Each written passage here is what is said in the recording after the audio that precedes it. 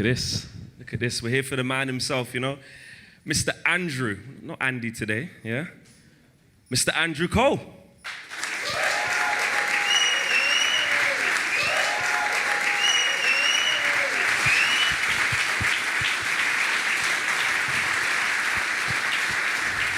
Where did it all start? Because that's where we obviously got to go right to, man. Football in your household. Was it a thing? Was it a thing for you? Did you always aspire to be a football right from, you know, you were 5, 6, 7 years old? Was that you? Yeah, I always wanted to play football. My dad had other ideas. He wanted me to play cricket. West Indies? Yeah. So I think me and my dad used to clash over football and cricket because coming from Jamaica, he wanted to play cricket. He wanted me to play cricket. But I was adamant I didn't want to play cricket. Even if I could play cricket, I was adamant I didn't want to obviously play it. And we used to have a few arguments about that. And I had to state that, obviously being born in England, that's what young English guys want to do. You want to play football. So explaining that to my dad at the time was a bit difficult because he's Jamaican, born in Jamaica, come to England. And I just wanted to play football, and that's what it's about for me. Did it disappoint you? You know, I think now, you look at the modern day game now, if a young kid comes back and says, Mum, Dad, Arsenal, you know, they're talking, or Chelsea, it's a big thing in the household. What was it like for you, you know, going to your dad at that time and maybe not getting the reception that you thought, you know, why you want to play cricket? You know what I mean? What did that feel like? Yeah, but it's strange because, like I said, football and cricket in the household was played by both. My dad, my brother, and obviously me. So it was a case of, I kind of had to make my mind up what I wanted to do. So I had to disappoint him as well. Because like I said, playing football for me was always the number one sport. For him, he couldn't understand it because he always used to say it when I was younger. I laugh at him now, but he used to say to me, a black man can't make a living playing football. Yeah, I knew where he's coming from. But what I didn't understand is when he came to the country, I didn't understand just how bad it was for him. You know, so I understood where he's coming from straight away, but I always wanted to play football. So the first clubs that you were at, Arsenal, to Bristol. Start at Arsenal. You went there as a young lad, obviously wanted to make big waves. I mean, what was that like? Yeah, Arsenal was cool. I'm not going to lie, I thoroughly enjoyed it. I don't know. No, seriously, when I first started at Arsenal, it was really good. I wanted to play for Arsenal, and there's a lot of guys here who used to play for Arsenal a few years older than me. And for me personally, they were my pioneers because I'm looking at those guys and saying to myself, I want to be in the reserve. I want to be in the first team and that. So when I first went there, it was like, oh yeah, I'm going to make it at Arsenal and, you know, get in the first team because also had a lot of young players in the first team then as well. Michael Thomas, Paul Davis, and David Rocastle, players like that. So I always had the aspirations to want to play in the first team there. But when I first went there, like watching the reserve team players and that was my next level. I wanted to play in the reserve team. I was playing the youth team and things like that. So it was something that I always wanted to do, even if it didn't work out that way in the end. I think everyone gave me the platform there. I remember, because when I was young, I walked out on Arsenal. Yeah, I walked Just out. like that? Straight. I had a bit of altercation with the coach. So me and the coach fell out, as you do. Yeah, and I just said to myself then, nah, I'm done with football. I'm done. That early? Yeah. I was about 17 then. And my youth team coach was Pat Rice, and Pat Rice never used to shut up. He used to go on and on and on and on. So I was training one day, and he just kept going on at me. I said to myself, nah, man, I can't do much more of this. You know? Can't do much more. Then he just said something to me, and I said, you know, I'm out of here. Showered, packed up, gone. Then my brother-in-law, he found out that I walked out, and my sister found out as well. And they weren't happy. So they had a little chat with me. I still went home. to my mum and dad's. They had a chat with me, and I kind of said, no, I'm done with football. I'm done with it. spoke to me, made my mind up, come back, and then start training again. And that's on to Bristol City now. Remember you saying that, the manager at the time there spent a big load of his budget on you. Big pressure, big expectancy. What was that like going to Bristol? It was something I wanted to do because I wanted to take the step backward to go forward when I left Arsenal. Because, like I said, I fell out with George as well.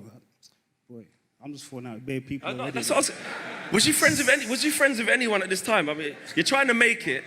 They usually say, fake it till you make it, make some friends, do something, and you're just falling out of everyone.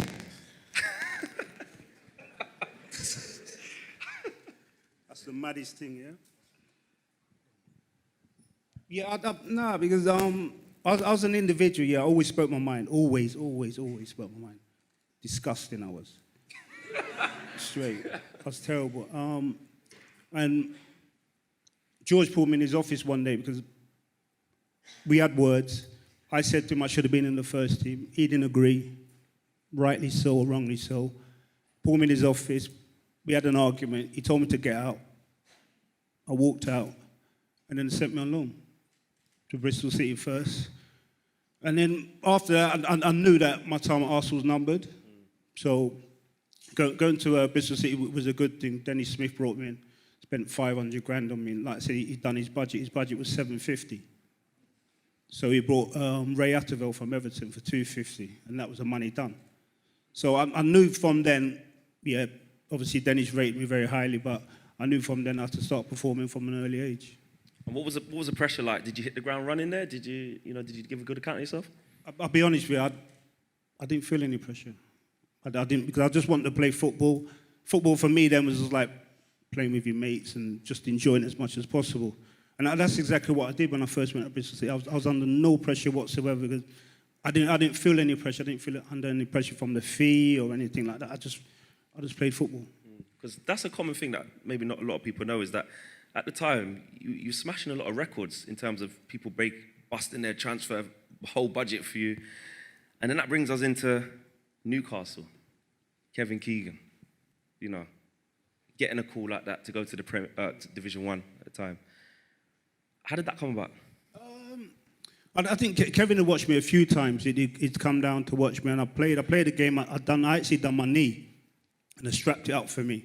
So I just wanted to play. So Kevin come down, made his mind up that he wanted to sign me after that. So I'm a domestic guy. Yeah, I can do most things. So I was out doing my laundry that day. Yeah, straight. I was doing my laundry. And he phoned me. Russell Osman put a piece of paper on my windscreen of my car. So I called Oz. Oz said to me, you need to speak to Kevin Keegan. So I said, okay, not a problem. I phoned him, and the first thing Kevin said to me, is this Adrian? So I said, no, you got the wrong number. Yeah? So then he said, oh, no, sorry, this is Andy. So I said, yeah. He goes to me, can you come up to Newcastle? Obviously, it's Kevin Keegan. Can you come up to Newcastle tonight on the shuttle at, 7 o'clock, whatever? So I said to him, I can't make it. What? So he said, why? What do you mean you can't make it? I said, I've got to do my laundry. Straight. Did you actually say that? No, straight on my life, straight. Yeah, on my life. Yeah, I've got to make sure everything's patterned up, So I've done that, and then he on the phone, he said, okay, then see you tomorrow. I said, all right. And you were coming, so, most people in your position are like, laundry what? Dash that, I'm off. But was that the sort of person that you was in terms of the small, meticulous things that had to be done? Yeah, but because I'm not really phased. I wasn't really phased by it. I mean, because in the back of my mind, Lee Clark always used to say to me, look, come to Newcastle. And I'm saying to myself, it's far though. It's cold. Yeah, I always used to say to him, when we used to play like 21s and that, I used to say to him, Slim, it's far. And he said, no, Coley, you'll love it. I said, it's far. Yeah. Then I said, I was honest, I could be honest with him. I said, there's not many black people out there either. Wait. And he said, no, Coley. He said to me, you won't have a problem. They'll love you. So I said, all right, I'll think about it. Then obviously Kevin phoned me. I went up, had chats, and then I done the deal. With Kevin, I mean, was it an easy conversation to have once you got up there? I realised he wasn't one of a kind. Did you was it easy to go from there in terms of you backed yourself? You've already said you didn't feel pressure.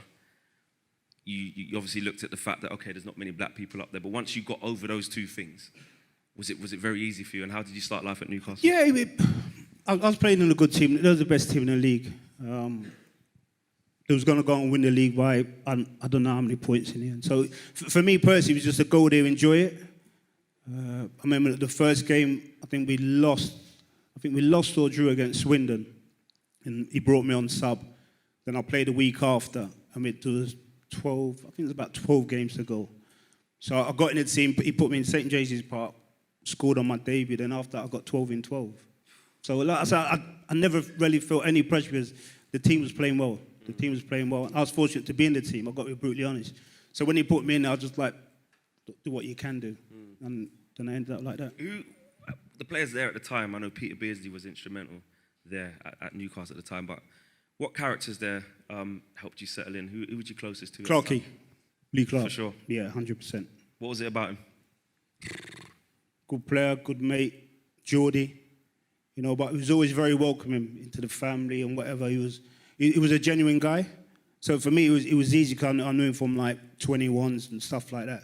So he just welcomed me into the place. Like I said, it was an easy transition having a good friend up there. You know, he was brilliant around the place. And like I said, being a Geordie makes it easier. You know, so he was really good. I know we got Les here. Where is he? There he is there in the corner. Les Ferdinand, everyone. Can we get a mic to Les? Les, I know you came after Coley went, and we'll get onto that bit, but, you know, him going there, what sort of impact did that have on you going to Newcastle and how you found it? I think obviously Andy's mentioned the fact about black players playing up in Newcastle, and he just paved the way. I know they had Mir and Dini there before Coley, but Coley went up as sort of like the first British black player to go and play in Newcastle. So, and because he'd been so successful in the number 9 shirt, just made it so much easier for me. And in fact, when I went to Newcastle, he became my landlord.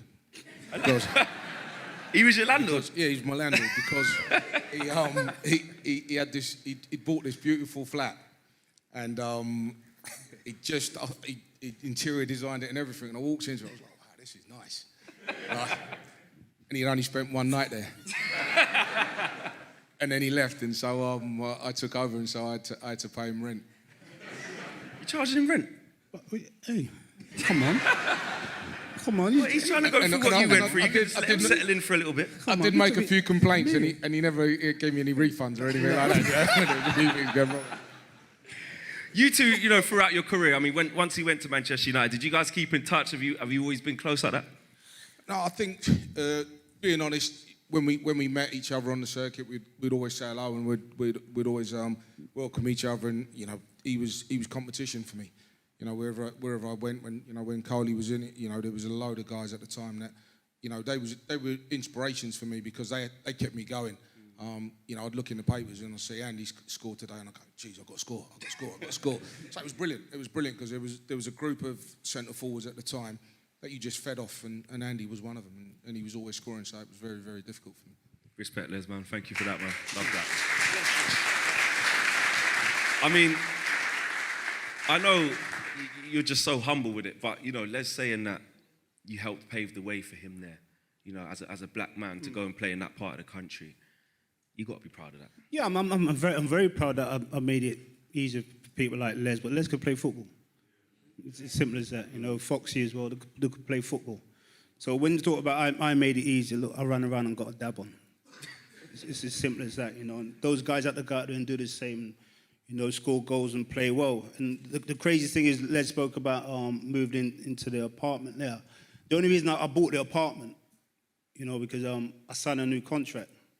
It's the only reason I brought it. Because Kevin said to me, look, again, I fell out with Kevin. What's it? Yeah. Why did you fall out with Kevin? It's going to be a common theme. He's going to be falling out of everyone.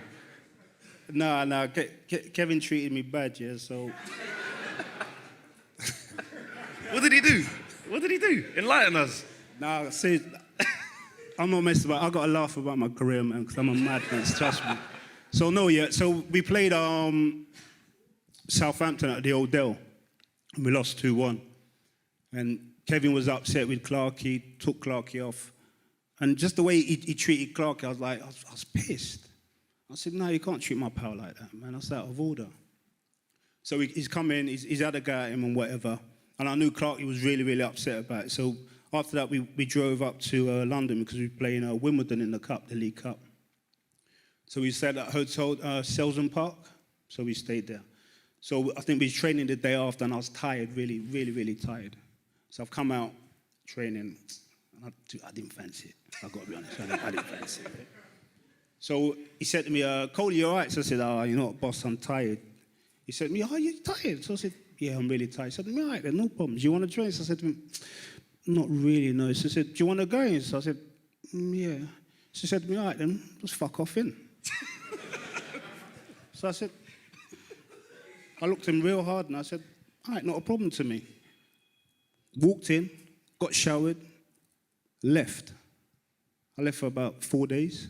4 days? Yeah, seriously. We played, I think that was a Sunday, that was a Monday. We played on a Wednesday. I didn't go back to Newcastle till the Friday, played the Saturday. Yeah, my head went, it fell off. It fell off. When you look back at that, you know, you're looking at professionals now and the attitude you have to be a professional. Do you look back at some of those actions and think, oh, I shouldn't have really done that? Or was that just the nature of you and that's just how you was? I think that was me. That was me. At any time, I'll blow up. I know that. I know what I am. I know what I am. I know if people piss me off, I'll blow up. And I'll blow up. Big time, yeah. So walking out on him, it was like, all right, I don't really want to play football now anyway. So my head goes, it's better that I leave the place. And that's what I did. So we sorted it out in the end until he sold me and then brought Les in. Well, yeah. Is that how it is, Les, yeah? All right. Before we move on to Sir Alex coming in and that move to Manchester United, what would you highlight at Newcastle? The people, the stadium, the football. I just think everything about Newcastle is a real special place. Unfortunately, you know, for them and the punters, all they want to do is win something. But not being able to do that. But I really enjoyed it. I really, really enjoyed it. But being a man who likes to switch off after football, the only thing I found really tough was all the adulation, punters chasing me. No, I can't do that. Do you not like that? No. I don't do that. Why not? No, it's not for me. Not my cup of tea. I play football because I love football. Adulate, nah. Never be my cup of tea. I mean, I'm the kind of guy that if I play football, yeah, if I could slip out with no one seeing me, that's me. 100%. And then that leads you on to playing for the biggest club in the world. Loads of attention. I mean, Kevin comes to you and says, you being sold? No, it was strange because Newcastle played Blackburn on a Sunday and it was 1-1 in the Cup. And he didn't say anything to me on the Sunday. We went in the Monday, we trained. I went home, just chilling. Just about to watch the Sheffield United play Man United on the FA Cup the Monday night. And then I got a phone call from my agent at the time. He said to me, like, you know, you said you only leave like Newcastle and go to Man United. So I said, yeah. Otherwise, for me, there's no point.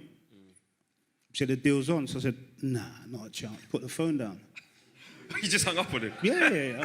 I put the phone down. He phoned me straight back. He said, no, seriously, the deal's done. Kevin's decided today that he's going to sell you. 6 million plus Newcastle get Keith Gillespie. So I said, okay then, okay. He said to me, pack your bags. Yeah, and I'm coming up to get him. And that was it. When you got there, but that must have felt surreal, first of all. I mean, look how casual you just like, oh, going Man United. All right, cool. Like, that's just not normal, Coley. Do you understand that? Like, this is Manchester United, and you're just saying you just took that in your stride.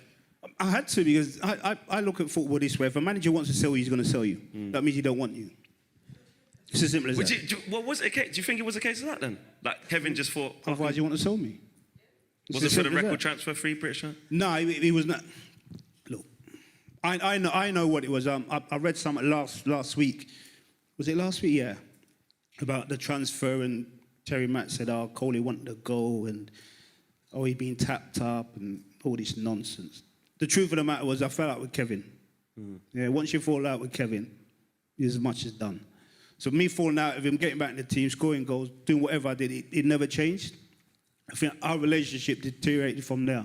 So it's a case of, right, Kevin said himself, he wanted to rebuild. Fair enough, you're the manager of the football club, of course you can do that. You know, 6 million in those days was a lot of money, a hell of a lot of money. So he's taking that. Keith Gillespie was a real good player, a real good player. So for him, for Newcastle, I thought it was win-win. You know, a lot of money, a good young player coming through. Why not go for it? And then you arrive at Old Trafford. Sir Alex Ferguson, one of the most decorated managers in the history of the game. What was it like sitting down with him, that first conversation when you sat down with him? Yeah, I was proper in awe of him, to be fair, because, you know, I'd only been in the Premier League, a year and a half. You know, so I never expected to move Man United a year and a half later, but to watch him many times on TV and the way he got his teams to play football and things like that, of course I'm going to be in awe of him. So when I sat down and spoke with him, I just wanted to sign for Man United, because I've always wanted to play for Man United. It's as simple as that. You know, Man United's been my team, so just sitting down speaking to him, what he was saying, he wanted me to do and all that, this is a no-brainer for me. I just said, it's a no-brainer. It's got to be done. It's got to be done. I wasn't too fussed about the personal terms. You know? Even though they say, look, I mean, just come, put your sweater down and play. I was going to go play. It's as simple as that, because I knew straight away that was a club for me. First day at training, you're looking at the players around you. I mean, I know you said so many times that you ain't been fazed about a lot, and I'm just here kicking ball. It's fine. But when you got to United and you see some of the players there, was you like, I'll tell you what. First time. Serious? First time. What was it like, first day training? It didn't help because I had no boots. Why have you got no boots? How's that even possible? How? I had no boots, yeah. So what, you just bare, what was you, just in socks? Would you? Man, I turned that, yeah, because the deal from Newcastle was done like that. So I left Newcastle, went down to Manchester, didn't go into the ground to get my boots or anything like that, because that's how quick the deal was done. So I turned up, obviously signed. Gaffer goes to, like, do you want to train? I said, yeah, of course I want to train. We trained at Old Trafford that day. Go to Old Trafford, and the old kit man was there, Norman. So me, introduced himself. Okay, Norm, Coley, whatever, blah, blah, blah. Here's your kit, son. Okay, not a problem. Got a problem. What's that? I've got no boots. What do you mean you ain't got no boots? I ain't got no boots. I said, so I had to break it down to him. I mean, so they started laughing at me, and then they got me some boots. They got me some boots to training. So first training session, I was like, oh my God, what a nightmare this is. No boots. Training at Old Trafford, the empty Old Trafford. The stadium is unbelievable. Now I'm looking around at the players and saying to myself, oh my God, I'm absolutely melting here, by the way. I'm looking at Schmeichel, Cantona, Ince, Bruce, Pally, Keane. I'm saying to myself, first time, I've got to be honest, first time, have you got enough? First time I said myself. The first time you kind of doubted yourself and thought. First time I said to myself, have you got enough? You know, a year and a half in the Premier League, I'm turning around and saying to myself, man, this is a big one, by the way. You know, and I didn't know if I had enough, to be fair. I didn't know, because at the time I said to myself, it's Man United. You know, so it was tough. It was tough at first. I ain't going to lie. I think everyone knows and appreciates just how tough it was for me, but I just got my head down and worked at it. Who was one of the most influential players at that time in that dressing room who you connected with? All of them. Literally all of them? Yeah. So you got on with these lot then? Yeah. You know what? Play for Manchester United. He's been falling out of everyone. Yeah. He goes Man United. I didn't say players. Okay, fair enough. I said managers. Okay. Managers. I mean, I'm not saying I'm unruly or anything like that. I mean, I just spoke my mind. But yeah, player-wise, I got on with all of them because I think they knew going to play with Manchester United is difficult at the best of times, but coming in for a big fee, man, the pressure's on so much straight away. And going there was like, who do I speak to about X, Y, Z? But they all come to me and said to me, Mike Coley, this is this, bang, bang, bang, bang, bang. And then within time, I got used to what Manchester United was all about. Because Manchester United it's not a normal football club. Nice. You know, it's different, the way it's run and just the way they treat you as individuals and whatever. So it took me a lot longer to settle in than I thought it would have, to be fair. Did you have to sing a song for your initiation? No. You didn't? I want to sing it anyway. What, you wouldn't have chose a song and done a little rap or a little song? Mad. No. Mad. When you started at United then, you're starting to play now. The doubters, I want to talk about the critics in your first season. It's well documented, a lot of United fans, needs too many chances to score. All of these things. And for the first time, when you're saying you arrived there, you actually looked around the dressing room and thought, do you know what, there's some big players here. Did that criticism get to you? Did it affect you? No, because I'm my own worst critic. No one can tell me anything about what I could or should have or would have done. No one can tell me. I know. So naturally, I play. I'm disappointed. I mean, the first person who buries me is me. It's as simple as that. So all the critics and whatever, yeah. They've got a pen to push. You know, they've done it really well. They've done it really well on me. So I think that's when people start to say things like, oh, yeah, I'm moody, I'm sullen, and all those kind of things. What I did, I switched off. I switched off and started to work on the things that I believed was going to make me a better player. Now, if that meant not talking to the media or giving them what they wanted, you know, I had to do just that. So that's when the character assassination started on my behalf. But I knew it was going to come. But I just wanted to get my head down and do what I had to do to be the best I could be at Manchester United. Do you think some people had the wrong perception of you and the media? Yeah, of course. I think that's football. That's football. People always have what they think of you. You know, not knowing you, but they say, "Oh, he's this, he's that, or whatever." And I had that up throughout my career. I had it throughout, even more so at Manchester United. Because, like I said, I wouldn't give myself to the media. I turn around and say, "Why am I giving myself to you? What are you giving me?" You know what I'm saying? You ain't giving me nothing. If you're going to write about me, tell me I'm this, that, and the devil knows what, and then next week you're going to say, oh, Mr. Cole, can we have a word with you? About what? About what? I mean, you quoted me off last week. What do you want to talk to me about? Do you think they sensed that from you? Like, were they apprehensive around you? Yeah. Were a lot of journalists around that time, you know, don't want to approach him more? Do you think that happened? Yeah, definitely, because like I said, because I always spoke my mind. Whatever I did, you know, I always try to do things to the best of my ability, but ultimately, people are knocking you, trying to do things to the best of your ability. Now, we've all got an opinion. I know that I appreciate it, and you're doing your job, and I'm trying to do my job. But if you're not doing as well as you want to be doing, you know, you're not doing it on purpose.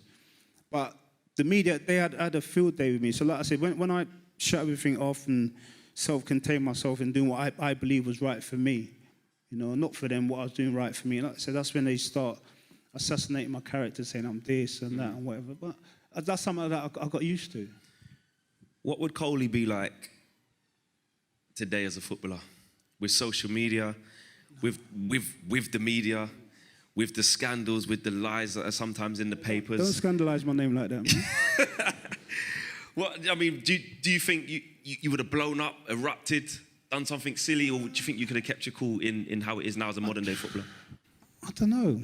I really don't know. The way I did it in my day, I'm not sure you'd be allowed to get away with it now or whatever, maybe, because it's. I mean, I was just different. I wanted to do everything my way, if you know what I mean. Not being disrespectful to any coach, player, or whatever. Yeah. I just thought I had to do things my way, and if I couldn't do it my way, I couldn't do it at all. Literally couldn't do it at all. You know, because that was just the way I thought. I mean, if I couldn't work something out, there's a problem because I couldn't work it out. But that was just me. So, right, Manchester United, let's talk about the real big accolades. We can't not talk about that treble winning season. What an achievement that was, and it don't matter who you support, treble winning season.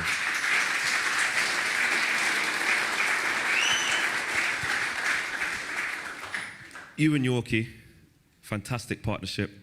I know you've said, you know, you enjoyed that so much. In that time, that period when we were so successful, yes, United, yeah. What was that like, having a relationship with him and that group of players and what you guys were achieving? Yeah, it was good, naturally, but I nearly wasn't there. I think 99, Yorkie came. And Sir Alex tried to bring in Patrick Kluivert. You know, so he wanted Yorkie to play up front with Kluivert. And Patrick decided he went to Barcelona. I'm not sure why Barcelona, Manchester. I mean, so Patrick goes there. So Yorkie comes in, and I wasn't in the team. So for the first 4 or 5 games, I wasn't in the team. Yorkie played with Teddy, Ollie, Giggsy, Scholesy, and I was the last one to get a game with him. So we played at the Odell, and we won 3-0. So obviously the gaffer pulled me that morning. He said to me, right, I'm going to give you a game against Southampton, you and Yorkie up front. Let me see what you got, blah, blah, blah. So I was like, not a problem. So we've gone out there, like I said, won 3-0 and smashed it. I mean, the movement was just the way it was all that season. So the gaffer kind of like sat back a minute as if to say, oof, it's half decent, this. Big Sir Alex, you know. Yeah. Big Sir. It's half decent, this, by the way. Oh, kick back. Played again the week after. Oh, bloody hell. So it's just like, the gaffer stumbled on one. He proper stumbled on one. So it was luck? Well, How we... 100% luck. He didn't look at attributes and go, I tell you what, you two coming out, I think you can complement each other. No. It took me 5 games to get a game. You know what I'm saying? So after that, you know, as the season transpired, me and Yorkie, I mean, nicked a few goals, played well. I mean, but it was, for me, I had the same mindset. When Yorkie came in, it made no difference to me. Yorkie was coming in to make Manchester United better. If I wasn't going to play, I'm not going to play. I'll move on. I'll go somewhere else. But that wasn't for me not to help him settle into the football club. And that's exactly what I did. So for me, trying to help him settle into the football club to make Manchester United a better football team, that's part and parcel of work for Manchester United. So I did that. He hit the ground running. He was unbelievable from day one. Hit the ground running, scoring goals, doing what he does with a big smile on his face. And then I'm fortunate to get myself a game, and then the rest is history. Did you click with Yorkie off the pitch? Like, were you guys Yeah. really good friends? Did you go like, spend time with each other, go for some food or whatever? Were you close like that? Yeah, because we're polar opposites. We are, and I mean polar, as everyone knows, we're polar opposites. Yorkie wants to be the brashest man in the room and doing his thing. No, that's not for me. I was just sneaking behind him and things like that. But because we got on so well that way, we got on well on the football pitch as well. And why I like playing with Dwight, because we never spoke on a football pitch. We never, ever spoke. I looked at him, he looked at me. If I was pissed with him, he knows straight away. He's one of those ones. So when we played the way we did, it was all off the cuff. It was all natural. It was all meant to be. And that's why I really enjoy the partnership so much. Champions League final. 1-0 down. I had to ask my mum to stay up late to watch that as well, you know that. You know what I mean? What's going through your head? Are you thinking, I know you taught as a footballer, never give up, keep going, especially under Sir Alex, that's just the way he is, but as ballers then, was you thinking, nah man, a couple of minutes left? No, because that season was crazy, because we got a lot of late goals, a hell of a lot of late goals, so it was exactly the same thing. Manager makes a couple of substitutions, you know, the same mindset, you know, as Manchester United always have, you know, we'll always score a goal. There wasn't many games we didn't score goals. So for us, it was like the same thing. So when he makes the substitutions, you know, and Teddy gets the first one, you know, I remember Steve McClaren saying, right, we need a shut-up shop. And the gaffer said to him, no, we're going to win this game. You know, next corner, flick on, Ted flicks it on, little touch, Old sticks his toe out, top bin.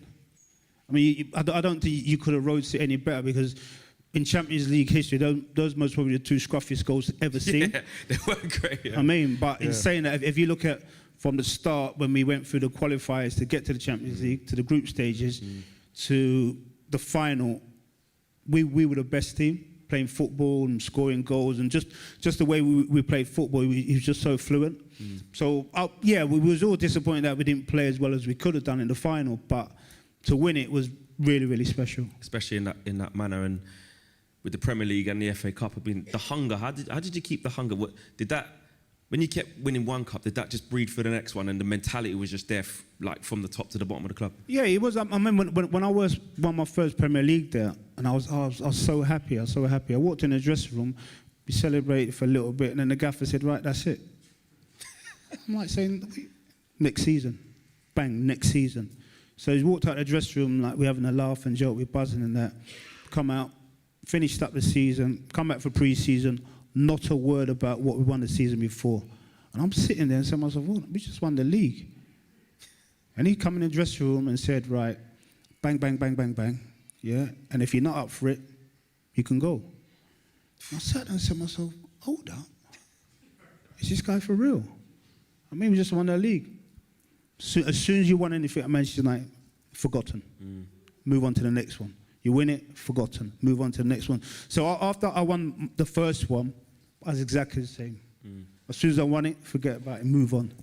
Move on, move on. So it wasn't a case of, I think about, I've done this, I've done that, whatever. I was thinking about the next season straight after, what can we win the next season. So it never changed for me, it never changed. I want to talk about a couple of characters quickly who were influential at that time. Keane, Cantona. What were those two like? Well, Roy was unbelievable. As a captain, as a player, I think you look at his performance, it's just the way he played, you know, speaks volumes for him. The way he played in the semi-finals, knowing that he was going to miss the final as well, he was immense. But what I like about Roy, what he would give you, yeah, for the team to win, is every last little bit he's got in him. So as players at Manchester United, we learn that. You know, I mean, we play for each other because we play as a team. We do everything together as a team. And to see him play like that night was really, really special. I looked at him after against Juventus in the dressing room. You could see he was devastated but delighted for the boys. And I have a good relationship with Roy, even now. I mean, people think he's not a full ticket, but he definitely He wears is. his heart on his sleeve. Yeah, he does, and he just tells you how it is. You know, and I've always gotten really well with him, but I've loved playing with him because he has given Manchester United so much. You know? Cantona? Eric's special. Eric was a very, very special player. I remember when Eric left, you know, we was all saying to ourselves, who's going to replace Eric? You know, I remember me and Giggsy was like talking one day and we couldn't believe Eric had left. And we just stayed talking and whatever. And Giggsy said, he's got to be someone like Matt Letizia now and whatever. And we said, that'd be a perfect buy for the way we played and whatever. But to lose Eric, I think Eric, he was so disappointed the year we went out to Dortmund.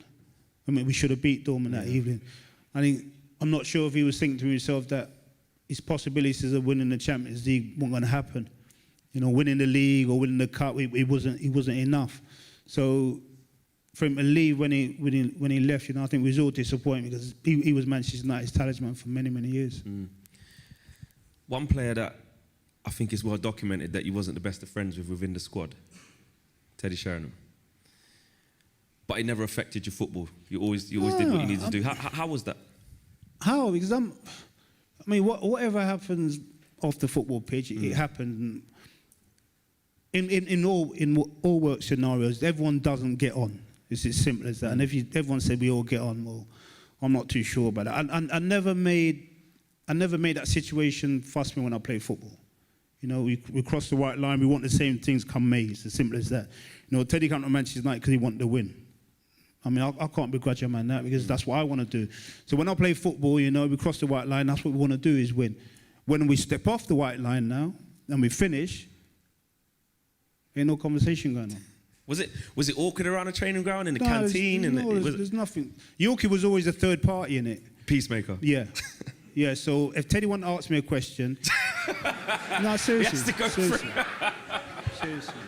I haven't messed about. Is that how you was carrying on? Seriously, yeah. What, Yorkie, what did he say? What did he say? He used to say like, Yorkie, ask Coley if such and such. Yeah? And I used to say to him, behave yourself. Was that a problem for Sir Alex? Did he ever pull you guys up on that? No, he pulled us up once. We played Bolton at Old Trafford, and we drew 1-1. So we come in the dressing room, and Teddy said to me, "That was your fault."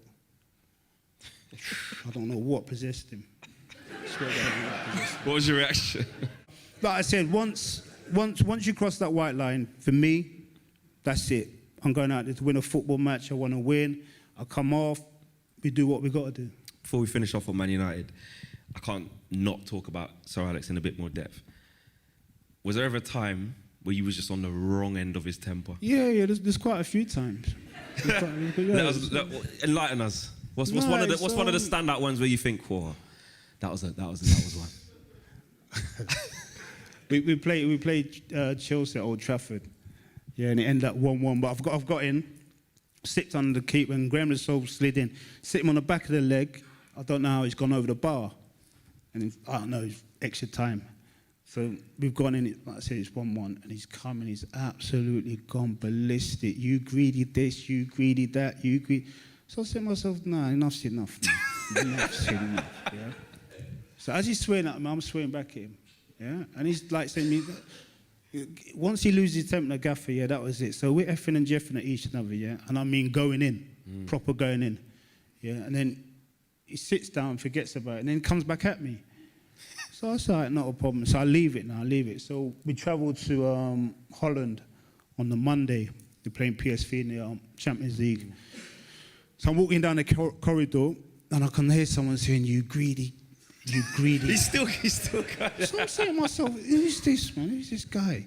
Yeah, you greedy so-and-so, whatever, yeah? Gaffer comes round the corner, pissing himself laughing. It's him absolutely coating me off in the corridor.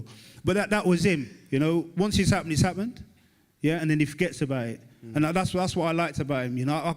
I could always have an argument with him, but I know it would be forgotten about, you know, because he's always looked after me. I had a few little problems. What's your relationship now with him like? Yeah, he's been brilliant. He's been brilliant with me. Obviously, he's had his problems with his health and that, and obviously I had mine. But he was top draw. Top draw. He always has been. He tried to get me to coach. He tried to get me to do coaching, and I said to him, mate, it's not for me, that, you know. Yeah, straight. He said, not for me. You not got the patience for that? Yeah, kind of like. But with me, with coaching, I always said, yeah, I didn't want to coach. And people say to me, why don't you want to coach, Because you've got so much to offer. I said, no, it's not about what I've got to offer. I'm scared, yeah, I'm going to meet someone like me. I mean, a realist, man.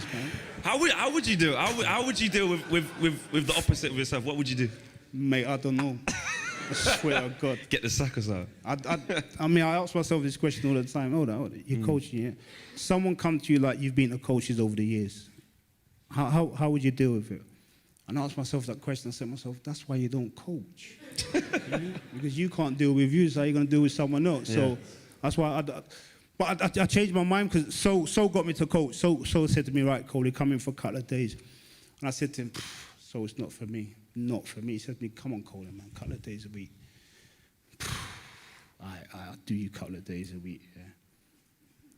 He left Macclesfield, phoned me up, Coley, do you fancy it? Fancy what? Southend. Too far. I said to him, look, all right, if you get another job, let me know and I'll do something. But I kind of like joking. So when he said, look, Cole, we're going in the Southend job, I was like saying, all right, for you, I'll do it. But I've never, ever said I want to coach properly. But now I'm in there. I know how tough it is, and I know why he's got no hair. But, I mean, I'm not quite sure, you know, long term, if coaching is going to be the way forward for me. Yeah. So the end of Manchester United, you know, they're saying all good things come to an end. You had amazing times there. When did you start to think, actually, I'm going to be out the door here? And what was that transition like? My transition was cool, because I knew they were trying to bring Ruud in, but Ruud, he'd done his cruciate the year before. Yeah, some bad injury, yeah. Yeah, so they was going to sell me that summer. There's going to, yeah. If Ruud came in, I know I was going to be sold anyway. So the deal was already done for me to move to another club. So that was sorted. So I saw it. And I didn't want to go naturally, but they made that decision. Ruud broke down his cruciate. Not a problem. I got a new 4-year contract. That's football. That's how football works. That's crazy football is. So we was playing, whatever. Then Ruud came in the year after. And then my game time was limited, and we was going for a stage in the Premier League, like people were saying, once you're 30, you're done. I mean, you can't run anymore, you can't do that. So I said to myself, nah, man, I want to try to get into the World Cup squad. I need to play games, So I said, okay, cool. So I said to the gaffer, look, I'm going to move on if possible. Nah, you're not going anywhere. What do you mean? He said, nah. He said, you're going to play games. I said, nah, gaffer, I'm not starting week in, week out. I mean, you're going to play him against the Boltons, the Ipswich or whatever. I said, no, I want to play in the big game. No, you're not leaving. A couple of months later, I got seen gaffer. Nah, you're not going. So I said, boss, I'm not playing. Coley, you'll get your games. I'm not happy. I'm not. And I mean, he knows when I got a monk on, I got a monk on. It's as simple as that. I see him again. Boss, Coley, no. Do not come back in my office. I thought to myself, but I'm not even playing any games, boss, you know what I mean? So the last time he went to see me, he said, look, I know what you like, son. I know you want to play games. Okay. I'll do a deal. I'll let you go, but I think I had like 2 or 3 years left on my contract. You can stay as long as you want. I tell you now, you can stay as long as you want. If you don't want to go, you can stay. I'm saying to myself, oh, man, I just want to play football. So I said, no, boss, I want to move on. Sold me £7 million. And I'm 30, 31. So he's actually made £1 million after, 6 years. I mean, so leaving Manchester United for me, I left on a real good note. Real good note with the manager, all the staff and everybody. And I thoroughly enjoyed my time there. I love the football club, you know. It's a very special football club. The clubs you went on to play for, Man City, Blackburn, Fulham, Sunderland, Forest. What was the pick of those, and how was life after Manchester United? Did you feel, yes, you're the other side of 30 now, but did you feel a decline? Did you see it kind of wrapping up, or did you feel you still had a lot of distance to go? No, I didn't, because when I left Manchester United and went to Blackburn, I'd made my mind up. I signed a 3-year contract at Blackburn. I said, after that, I'm going to retire. In my mind, I'd already made my mind up, you know. My kids have always been my priority. I'm going to retire. I'm going to put as much time as I can do into the kids. I go to Blackburn, you know. I got sold a pipe dream. Graham Souness sold me a pipe dream, you know. And I'm saying to myself, hold up. Yeah. I left Manchester United to come here. Yeah. What was it? What was it at Blackburn that, obviously, apart from the stature of the club and the success, etc. What was it? It was nothing to do with the club. The club was a brilliant football club, run really well. Yeah, but Graham. Seriously, Graham was different. He was different. Yeah. And I understand he was an unbelievable player, and I'll take nothing away from him, you know, because now I can sit here and generally say I've got a good relationship with him now. Yeah. When he was at Liverpool had all the best players. And I mean all the best players, yeah? So you could play 5-a-side from Monday to Friday, yeah? Liverpool, win on Saturday, you've got all the best players. When you're at Blackburn, you've not got all the best players, yeah? So you got to put on a session. And I said to Graham, look, yeah, don't play in the boxes because you're too old. Not being disrespectful, you're too old, yeah? And every time you give the ball away, so bring in one of the kids.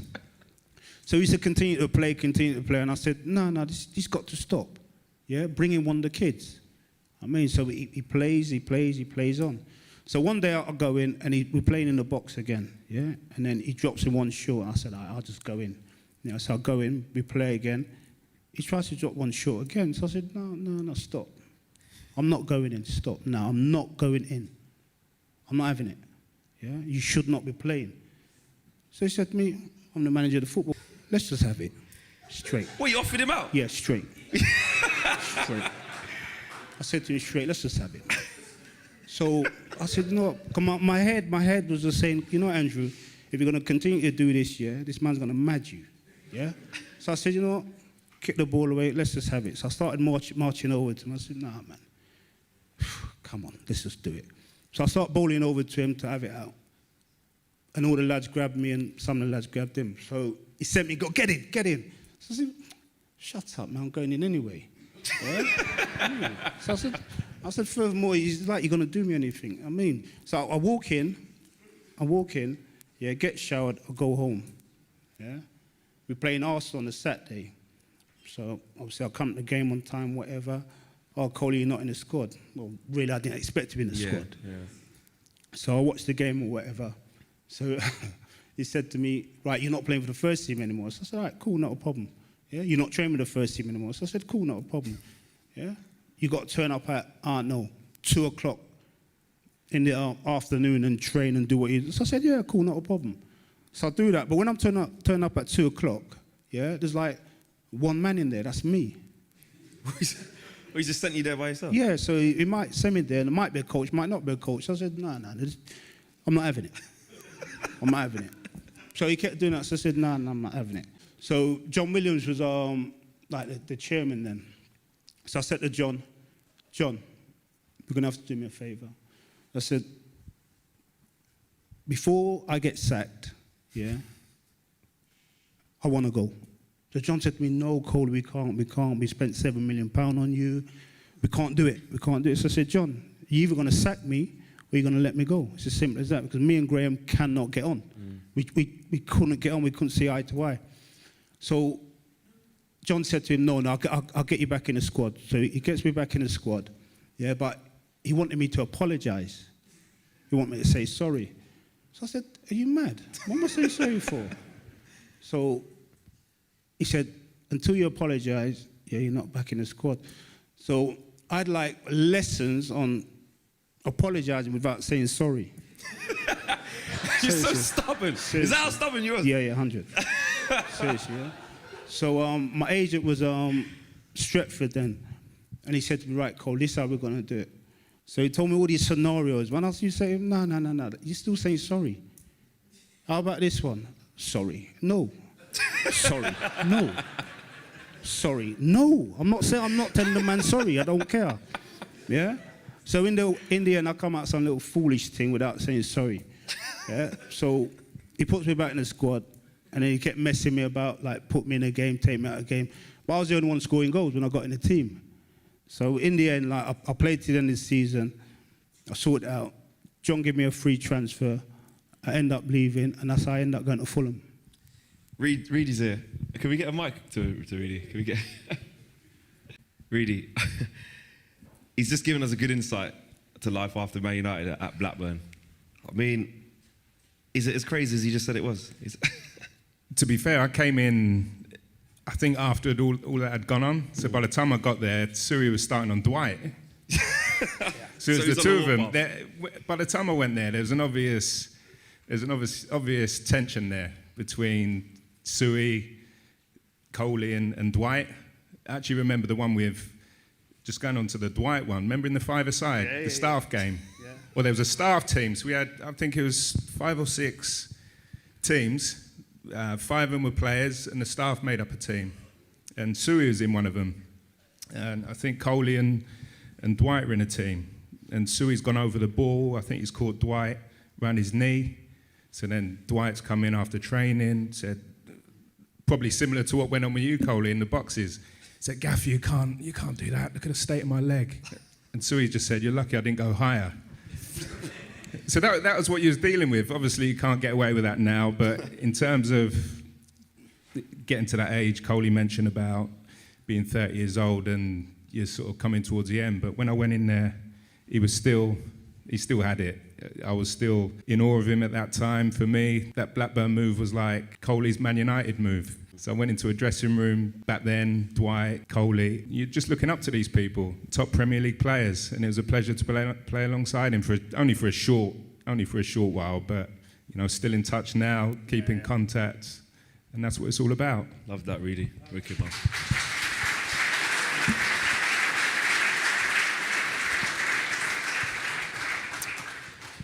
England.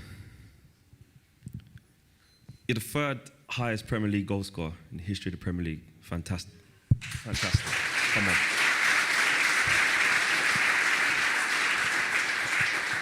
"15 caps." What's this? Excuse me. Is that your alarm? Yeah. What's this? This is medication time. Okay. Medication time. Excuse me. It's time for medication. Yeah, Karen. Don't hold you up too much. Okay. 15 caps.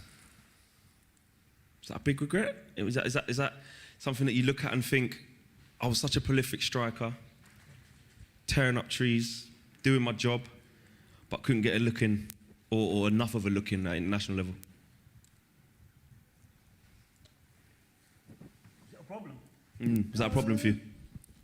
No, I look at it this way. If something's meant to be, it's meant to be. For me, it just wasn't meant to be. I think I had 4 managers, Kevin, Terry Venables, Howard Wilkinson, Sven, Glenn. Yeah, I think that was my lot.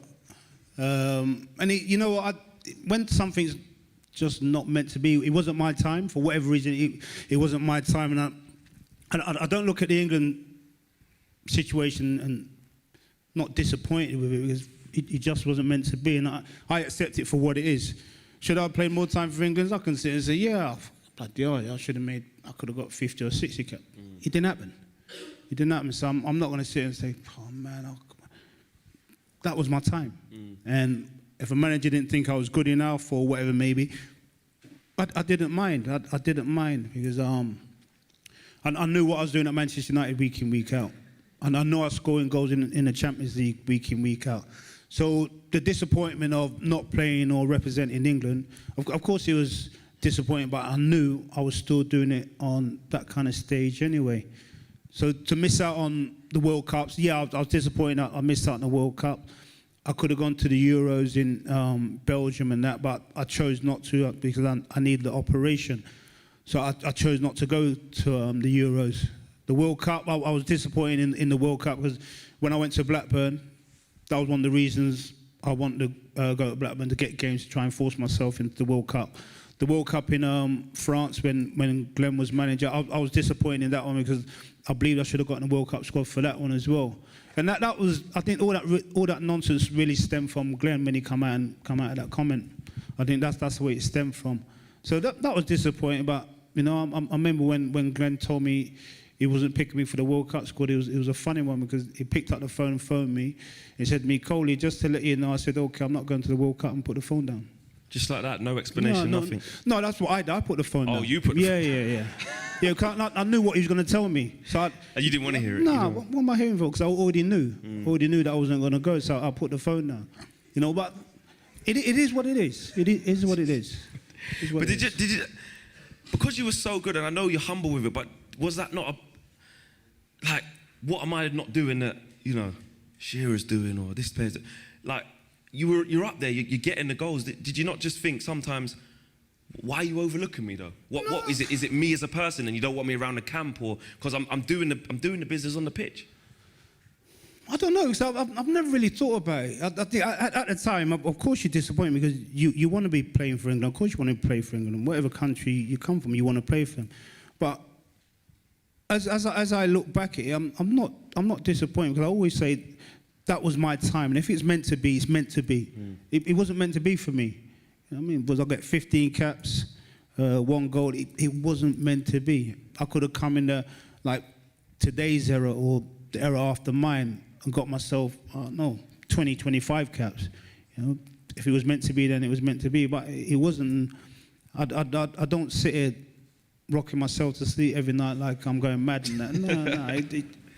That was just the way it was meant to be. It's like you achieved so much in your club career, your bread and butter, as you like, that didn't bring it down. It didn't taint your career. You haven't finished your career thinking, you know what I mean? You did hit that. I think that the only disappointment I've had in my career is like I've always wanted to play in a World Cup or Euros or whatever. And when I do look back, I look at it and say, no, I'm missing that, a World Cup appearance or a Euro appearance or whatever it may be. But on the whole, I look at my career and say to myself, for who I am, for what I am, you know, as Davo would always say to me, Coley, you done it your way.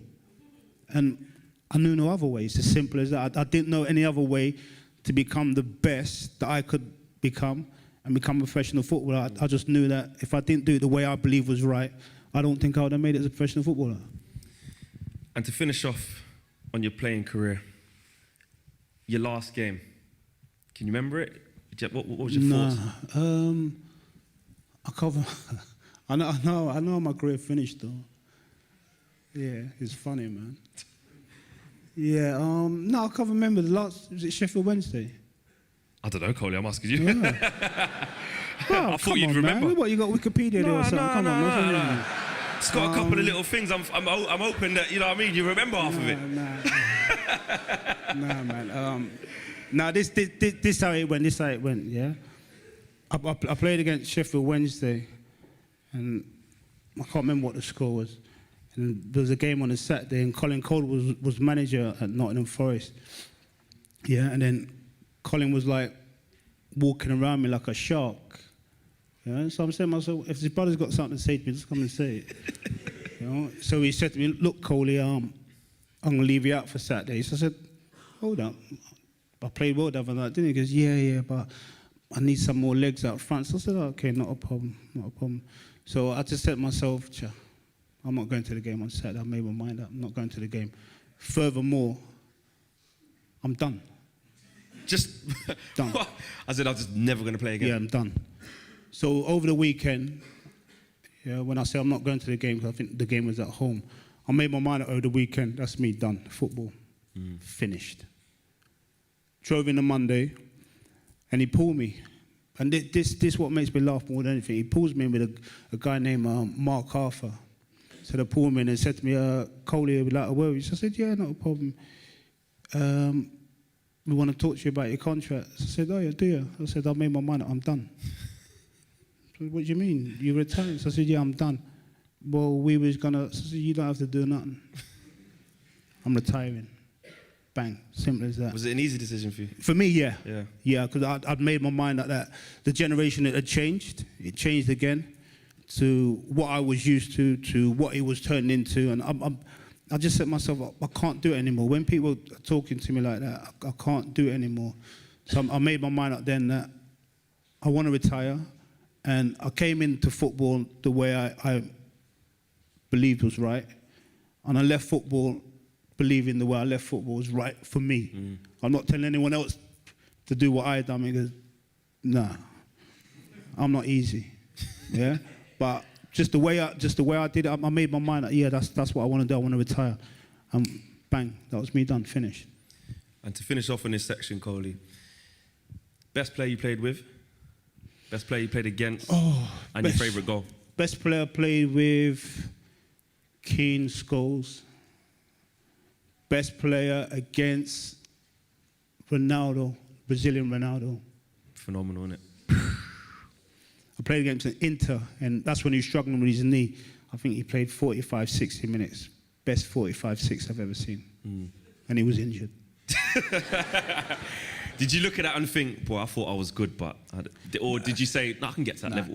What did you... How did you see it? The maddest thing, when I used to play Champions League football, yeah, and I was walking the tunnel, I was in awe of so many of these players. I'm saying to myself, boy, I've come a long way, you know. Seriously. Yes. I mean, so when we was at the San Siro and Ronaldo walked on, I said to myself, my man's a baller, man. Straight, man. I mean,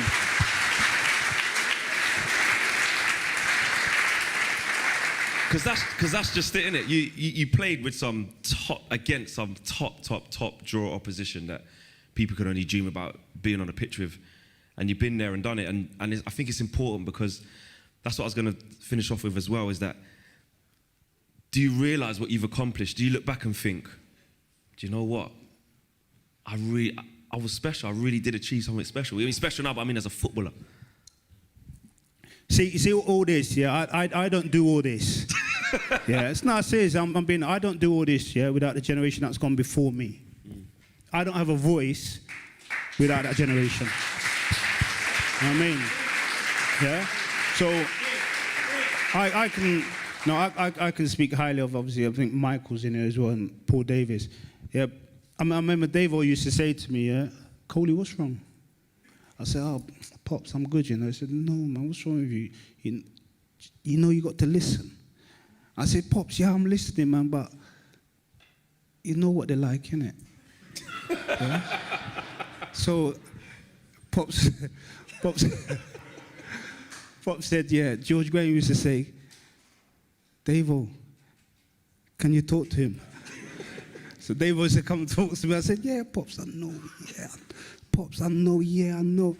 I got to do this same thing again.